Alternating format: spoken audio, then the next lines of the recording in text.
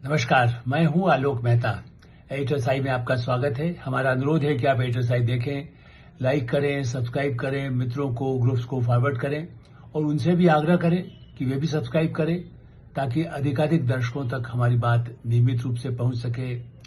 फिर उनकी राय, उनके कमेंट्स, उनकी आलोचना या उनको जो अच्छा लगे उसके बारे में उनकी राय, असहमति, सहमति कमेंट्स के रूप में मिलेगी तो हमेशा स्वागत है और आपका कमेंट्स मिलता रहे, ये भी हमारी इच्छा है। भारत में धर्म और संस्कृति के नाम पर जो कुछ बाबाओं ने लाभ उठाया है, कुछ बाबा ऐसे जो पापी हैं, बाबा नहीं है, वो धोखेबाज, पाखंडी और ठग।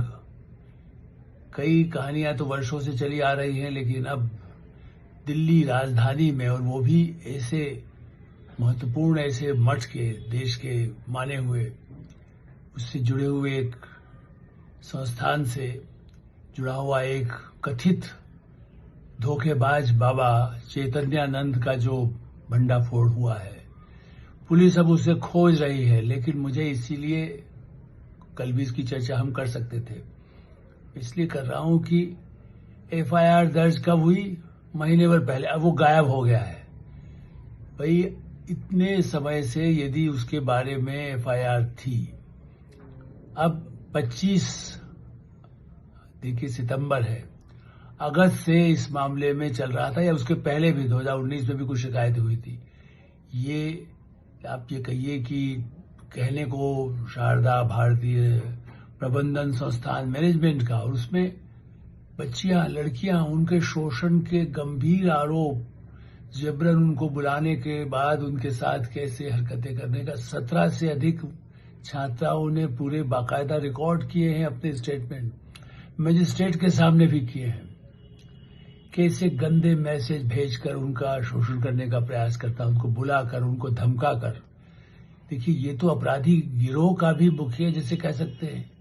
चैतन्यानंद नाम है। अब देखिए, यूं चैतन्य प्रभु तो हमारे यहाँ बहुत ही आदर्श महान संत रहे, और उनके नाम का दुरुपयोग करके ये जो फ्रॉड है, ये उड़ीसा से निकला, कहां से कहां, और उसने कितना धोखेबाजी की हुई।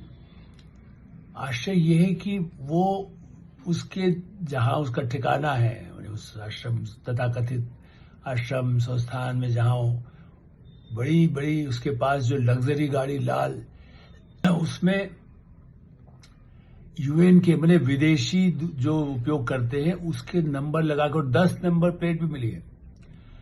तो दिल्ली पुलिस या और किसी की निगाह नहीं गई कि भाई इस नंबर की गाड़ी कैसे हो सकती है। उसने सब छद्म नाम उसमें नंबर डाल रखे।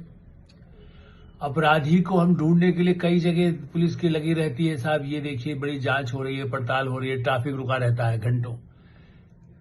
इतने बड़े अपराधी जो महीनों से कर रहा है, और वो अब वो गाड़ी तो वहां छोड़ के गया, नेचुरली उसने मोबाइल भी कनेक्शन सब काट रखे हैं। उसको बहुत ही चालाक इसको कह सकते हैं कि धूर्त, तो जब वर्षों से ये काम कर रहा है वेश में, कैसे उसने धोखा दिया है मठ को भी, जिसके बल पर वो बन गया।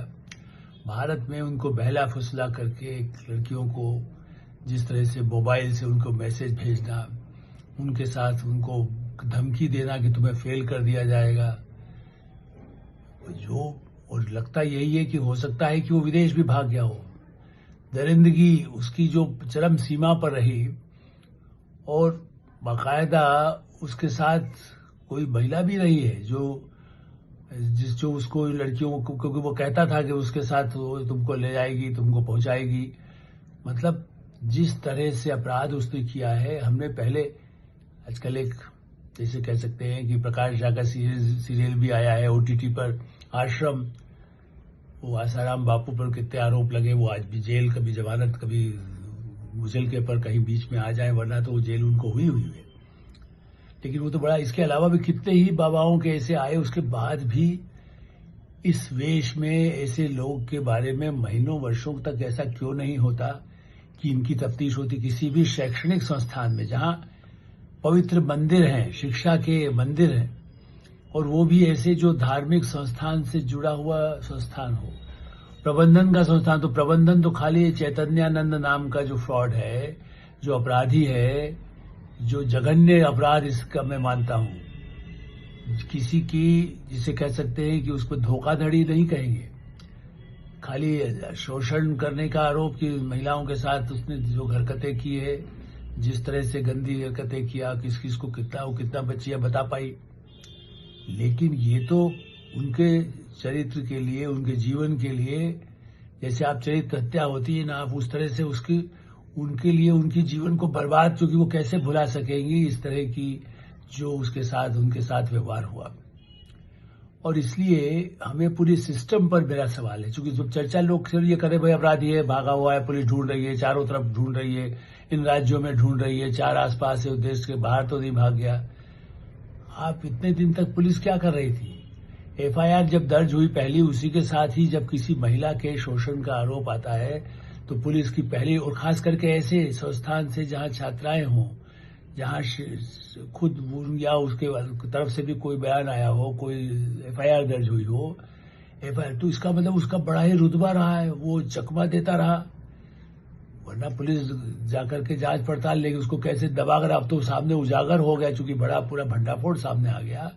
मीडिया को इस बात के लिए, मीडिया को तो सब लोग उगाल देते। इस मुद्दे पर आप देखिए, चाहे वो चंद्रा स्वामी रहा हो, चाहे धीरेन्द्र ब्रह्मचारी रहा हो, वो मैं तो ऐसे नाम बता रहा हूं जिनको सत्ता के भी बहुत करीब थे। ये तो सत्ता से इसका कोई लेना नहीं था। बिना सत्ता के एक अपना वेश, खाली वो भगवा कपड़ा पहन करके और पूरा साधु सन्यासी का, जिसे कहते हैं स्वामी का वेश बन करके, राक्षस जो रावण, रामलीला का समय है, विजयादशमी आने वाली है, नवदुर्गा का पर्व चल रहा है, ऐसे मौके पर यह रहस्योद्घाटन इस बात का प्रमाण है कि भारतीय संस्कृति, भारतीय धर्म के नाम का ऐसा, और ये गिरोह, अब तो इसका पता चलेगा कि इसमें और कौन लोग शामिल रहे हैं, क्योंकि उसका दुरुपयोग करने के लिए उसके तार तो कहीं जुड़े हुए थे। उसने कैसे अपने को, और डिग्री भी अमेरिका की ऐसी बड़ी भारी प्रबंधन की डिग्री, अरे नोबेल प्राइज जहां से मिलते हैं, वो कहां से कैसे डिग्री उसने हासिल की कि नहीं की, ये भी एक चीज होगा। जब वो कार के नंबर प्लेट तक जाली लगा करके घूमता रहा दिल्ली के सड़कों पर, दिल्ली के बाहर, कहाँ लड़कियों को ले जा करके किया होगा, नहीं ले जाकर किया, किसी और महिलाओं को लेकर गया हो, भयानक, जैसे वुमनाइजर भी नहीं कहेंगे, एक अपराधी जो साइक होता है, जिसको कहते हैं मानसिक रूप से विक्षिप्त, जो महिलाओं के उत्पीड़न के लिए जो लोग जिम्मेदार होते हैं, वो परवर्टेड, जिसको एक शब्द है अंग्रेजी में, खुद घृणित जिस तरह की उसका दिमाग हो जाता है, उस तरह के काम करना मासूम बच्चियों के साथ, इतनी उसकी उम्र भी काफी बड़ी, और उसके बाद जिस तरह से उनको खाली शिक्षा के नाम पर उनका शोषण, वो फी अलग दे रहे हैं, शिक्षा संस्थान में अलग उन्होंने किया, उनके परिवारों के लिए कितना बड़ा संकट होगा।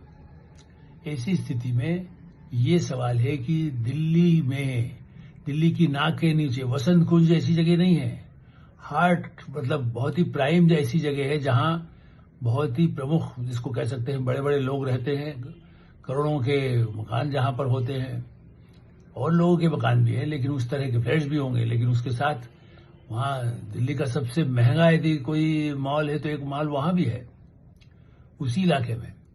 तो आप इससे अंदाज लगाइए, शॉपिंग मॉल है वो, उसमें ये बिल्कुल आधुनिक ढंग से रहने वाला, आलीशान कार में घूमने वाला और केवल अय्याशी करने वाला, इस तरह के आरोप, अब ये इसके लिए अब ये कोई सुनवाई की बात नहीं कि एफआईआर दर्ज हुई, कोई सबूत नहीं है।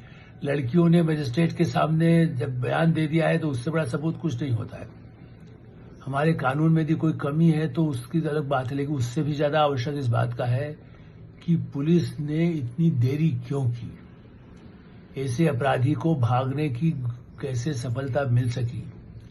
हो सकता है कि देर सवेर उसको पकड़ भी लिया जाए, लेकिन चकमा दे करके वो निकला।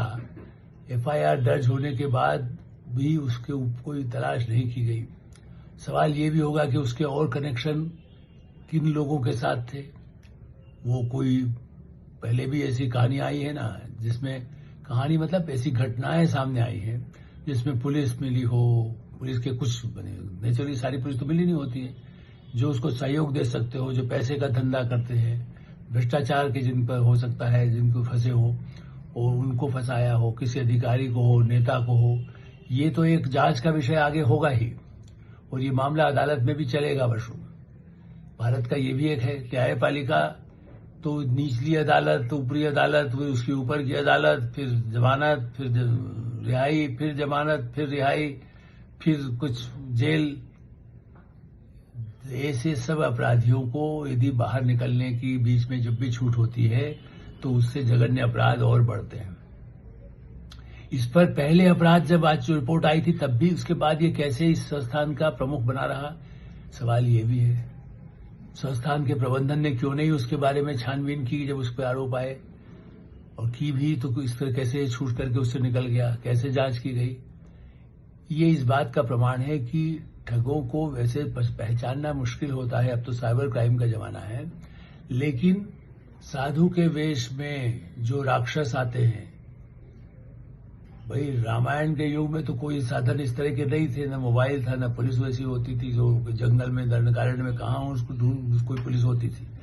लेकिन यहाँ दिल्ली में, राजधानी में, भारत की राजधानी में ऐसा ठग वर्षों से ये काम कर रहा हो और उसको ऊपर कोई कार्रवाई नहीं हो सकी, कानूनी कार्रवाई, पुलिस की कार्रवाई, उसको बंद करके, गिरफ्तार करके क्यों नहीं किया गया, ये एक बड़ा सवाल समाज का भी है और हम सब का है। इसके और भी भंडाफोड़ होंगे, मैं इसलिए उसके विस्तार में नहीं जा रहा हूं, तो आप दुनिया भर में उसकी रिपोर्ट देख रहे होंगे।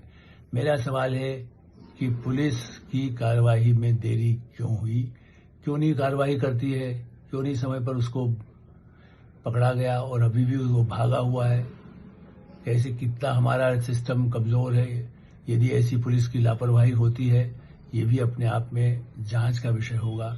लेकिन हाँ, कहाँ भागेगा, दुनिया बहुत छोटी है, भारत सरकार के हाथ बड़े लंबे हैं, कानून के हाथ बड़े लंबे हैं, और गर्दन पकड़ करके उसे ला करके कड़ी से कड़ी सजा तो अदालत देगी ही।